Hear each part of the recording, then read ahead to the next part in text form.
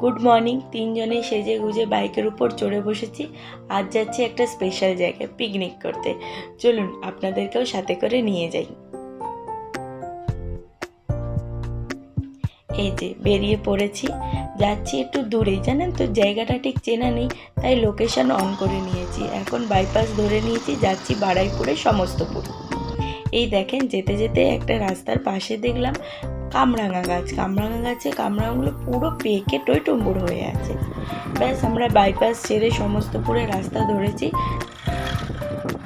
এখন প্রায় 11:15 মতো বাজে। যেতে যেতে 1-1.5 ঘন্টা লেগে যাবে, লোকেশন অনুযায়ী তাই মনে হচ্ছে। জানেন তো এর আগে এই দিকটা কখনো আসিনি, কিন্তু আসা মাত্রই এত সুন্দর পরিবেশ পাবো আমি কল্পনা করতে পারিনি। মাঝখান দিয়ে সরু রাস্তা চলে গেছে, গা চকচকে রাস্তা, আর দুদিকে ছোট ছোট গ্রাম, বিভিন্ন ধরনের গাছ। এই দেখেন বাঁশবাগান কি সুন্দর। তারপরে জানেন তো পেয়ারা বাগানও পড়বে, একটু এগিয়ে চলেন, ওই দেখেন পেয়ারা বাগান রয়েছে। আসল কথা বারুইপুরের এই দিকটাতেই ওই যে পেয়ারা চাষ হয়, আমরা শুনি না বারুইপুরে পেয়ারা পাওয়া যায়, এই দিকটাই সেই সমস্ত চাষগুলো হয়ে থাকে। এছাড়াও বিভিন্ন ছোটোখাটো সবজিও ছোট ছোট ক্ষেত বা বাগান মতো রয়েছে। চলেন যাওয়া যাক। অনেকটাই পথ আমরা এসে গেছি, আর বেশিক্ষণ বাকি নেই, জানেন তো লোকেশানে দেখাচ্ছে আর 20-25 মিনিটের মধ্যেই প্রায় আমরা পৌঁছে যাব।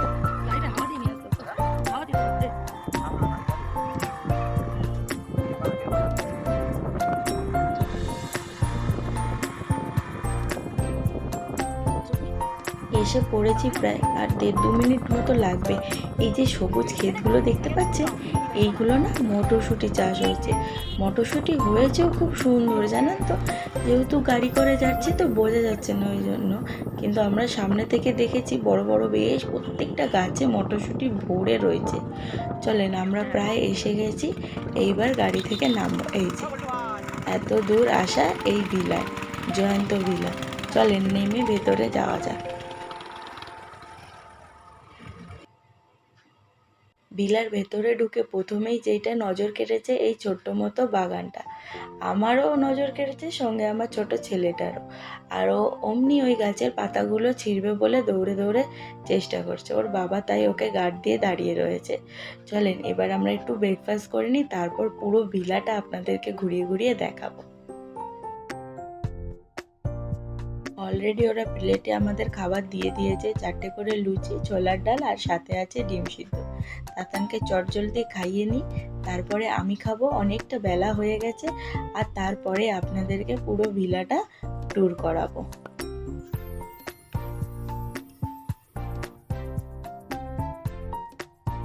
তাতানের খাওয়ানো হয়ে গেছে, এইবার আমি একটু খাই। খুব জোর খিদে পেয়েছে জানেন তো, আর তার উপরে ডালের মধ্যে দিয়েছে কাজু বাদাম। ওই দেখে আমার যেন খিদে আরও দুগুণ বেড়ে গেছে। খুব সুন্দর খেতে হয়েছে ডালটা।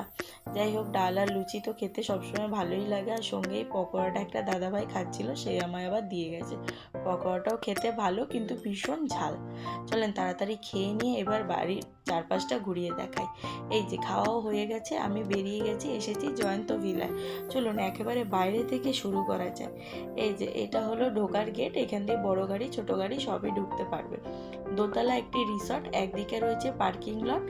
এই দেখেন অনেকটা বড় বেশ পার্কিং লট, অনেকগুলো বাইক 4 চাকা সবই থেকে যাবে। এই দিকটায় রয়েছে একটু ছোট্ট মতো গার্ডেন আর একটা সুইমিং পুল।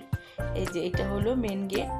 ভেতরে ঢুকে একটা বড় রয়েছে ড্রয়িং রুম, একদিকে রয়েছে সুইমিং পুলে যাওয়ার রাস্তা, আর একদিকে এই ছোট্ট গার্ডেনটা, আর সাথে রয়েছে একটা বেডরুম।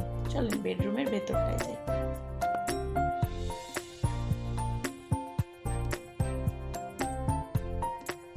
এই যে একটা হলো কিচেন, আর অন্যটা কমন ওয়াশরুম। আর এই দিকের বড় বড় এই উইন্ডোগুলো রয়েছে কাচের উইন্ডো, জানেন তো।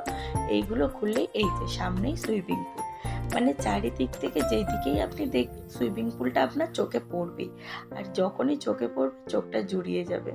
কি সুন্দর লাগছে তাই না। সুইমিং পুলের পেছন দিকটা বেশ কিছুটা জায়গা রয়েছে, ওখানেই আজকে রান্নাবাটার আয়োজন চলছে। যেহেতু 20-25 জনের উপরে লোক রয়েছে, তাই জন্য ওই ছোটো ছোটো কিচেনে রান্না করা যাবে না বলে ওরা ওই সাইডেই রান্নাবান্নার ব্যবস্থা করেছে। তাতান দেখছেন কীভাবে দেখছিল জলটাকে, মানে ছেড়ে দিলে এক্ষুনি ও জলের মধ্যে ঝাঁপিয়ে পড়বে। যাই হোক, ওরা নিচে রয়েছে, আমি এসে গেছি উপরে। উপরটা আপনাদেরকে ঘুরিয়ে দেখাবো বলে। এই ঝাড় লণ্ঠনটা একটু অন্য ধরনের, কিন্তু বড় মিষ্টি লাগছিল দেখতে, তাই ভাবলাম আপনাদেরকেও একটু দেখ। এক সাইডে রয়েছে দুটো রুম, একটা ওরা ছেলেরা থাকবে, এই রুমটা মেয়েদের জন্য অ্যালার্ট হয়েছে। এই দিকটা দেখুন, একেবারে ব্যালকনির উপর দিক কত সুন্দর মনোরম পরিবেশ লাগছে না? আর এই পাশের ব্যালকনিতে রয়েছে গ্লাস লাগানো। বিশ্বাস করেন, আমার ওই গ্লাসগুলোর উপর দিয়ে হাঁটতে গিয়ে ভয় লাগছে, মনে হচ্ছিল না এক্ষুনি পড়ে যাব। তো তাতানের কথা তো বাদ দিন, ও আসেইনি একবারের জন্য। চলুন, চারিদিকটা ঘোরা তো হয়েই গেছে, এইবার আবার যাই একটু বাইরে, একটু গল্প করি সকলের সাথে।